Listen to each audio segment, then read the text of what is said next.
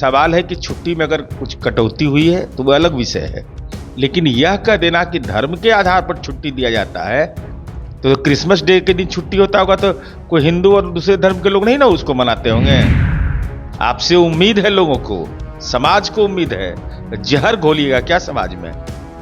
तो मोहम्मद साहब के जन्मदिन के दिन जो छुट्टी होता होगा वो दिन तो स्कूले में बैठे रहते होंगे ऐसे लोग। लेकिन जो शिक्षक ऐसा बयान अगर देते हैं, उनसे हाथ जोड़ के प्रार्थना है कि ऐसा राजनीति का विषाणु मत फैलाइए।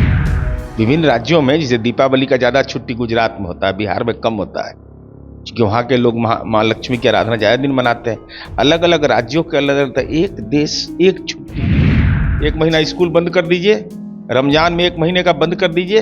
अरे राइट टू एजुकेशन के तहत जो उनको छुट्टी का अधिकार है, उनका अधिकार है, कोई दया नहीं देख रहे हैं न्यूज़ फॉर नेशन। मैं आपके साथ अभिजीत सिंह। बिहार के शिक्षा विभाग हमेशा सुर्खियों में रहता है। वहीं बात करें तो कभी जो शिक्षा विभाग के द्वारा जो फरमान जारी किए जाते हैं उसको लेकर, तो कहीं वही शिक्षक हैं जो मांग करते हैं कि बिहार सरकार शिक्षकों के लिए राहत दें। जिस तरह से दुर्गा पूजा का समय है, ऐसे में जो शिक्षक हैं वो मांग कर रहे हैं कि दुर्गा पूजा में जो छुट्टी की कटौती की गई है उसे सरकार बढ़ाए। यानी कि उनका कहना है कि हिंदुओं की छुट्टी में कटौती की जाती है। इससे बात करने के लिए हमारे साथ हैं जदयू के मुख्य प्रवक्ता हैं और एमएलसी हैं नीरज कुमार। तो कैसे देख रहे हैं, कर रहे हैं कि हिंदुओं की छुट्टी में कटौती की जाती है दुर्गा पूजा में? कौन कर रहा है? शिक्षक कर रहे हैं। रमजान में पूरा महीना छुट्टी रहता है। रमजान में तो कभी स्कूल नहीं खुलता होगा, मदरसा कभी नहीं खुलता होगा, संस्कृत विद्यालय तो खैर गलतियों से नहीं खुलता होगा कोई। अरे अपने मुद्दों को ठीक से रखना चाहिए, धार्मिक ध्रुवीकरण के साथ नहीं, तर्क की बुनियाद पर।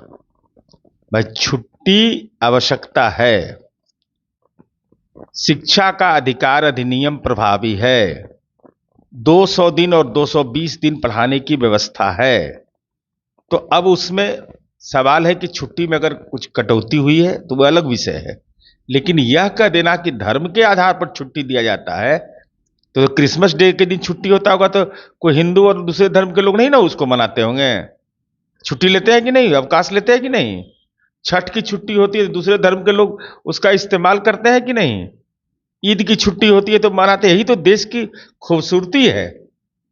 इस देश के अंदर में विभिन्न धर्म विश्वा होता है, तब विश्वा में सत्तू हिंदू खाएगा, दूसरा नहीं खाएगा, वो अच्छा नहीं लगेगा उसको।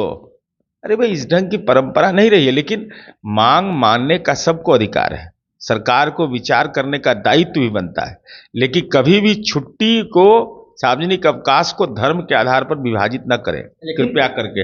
आप शिक्षक हैं, आपसे उम्मीद है, लोगों को, समाज को उम्मीद है, जहर घोलिएगा क्या समाज में? तो मोहम्मद साहब के जन्मदिन के दिन जो छुट्टी होता होगा वो दिन तो स्कूले में बैठे रहते होंगे ऐसे लोग। एकदम स्कूल के दरवाजा पर बैठे रहते होंगे, नहीं हम स्कूल में पढ़ेबे करेंगे, यह तर्क नहीं चलता है। तो क्या लगता है कि इस दुर्गा पूजा में छुट्टियों की कटौती की गई कि नहीं? पहले 2022 और 2023 का कैलेंडर है जो शिक्षक दिखा रहे हैं और कह रहे हैं कि 2023 में शिक्षकों की यह भावना आई है, सरकार के संज्ञान में भी बातें जा रही होंगी, लेकिन हम यह करें कि सरकार तो उस पर विचार करेगी, अलग विषय है। लेकिन जो शिक्षक ऐसा बयान अगर देते हैं, उनसे हाथ जोड़ के प्रार्थना है कि ऐसा राजनीति का विषाणु मत फैलाइए। क्योंकि आप शिक्षक हैं, आपको देख करके लोग प्रभावित होगा, आपको देख करके समाज प्रभावित होता है। तो दूसरे धर्म के सार्वजनिक अवकाश का अपने लिए इस्तेमाल करिएगा, और छुट्टी को आप धर्म के आधार पर विभाजित कर रहे हैं। भाई धर्म एक धारण करने का चीज है, आस्था का चीज है।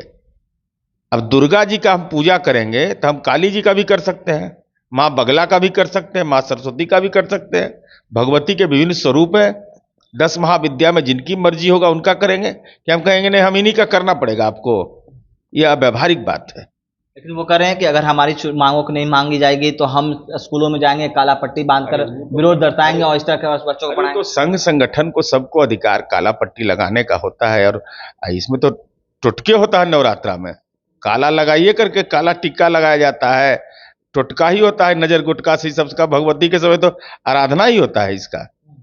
लेकिन पूजा भी करना चाहिए, लेकिन एनडीए के घटक दल ही अब मांग कर रहे हैं कि छुट्टी मिलना चाहिए।